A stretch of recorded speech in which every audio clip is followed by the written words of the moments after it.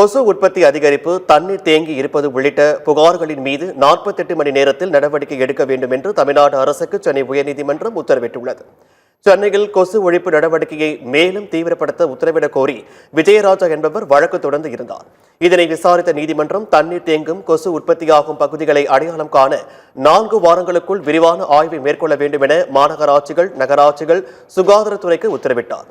கட்டுமான பகுதிகளை கண்காணித்து கட்டிட இடிபாடுகளை அகற்றி தண்ணீர் தேங்காமல் இருக்க நடவடிக்கை எடுக்க வேண்டும் என்றும், சுகாதார விதிகளை மீறும் கட்டுமான நிறுவனங்களுக்கு அபராதம் விதிக்கப்பட வேண்டும் எனவும் தெரிவித்தார்.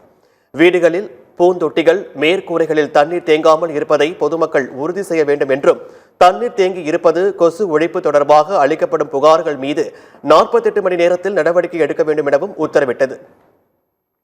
மாநிலம் முழுவதும் கொசு ஒழிப்பு நடவடிக்கை குறித்து மக்களுக்கு விழிப்புணர்வு ஏற்படுத்தவும் தமிழக அரசுக்கு நீதிபதிகள் அறிவுறுத்தினர்.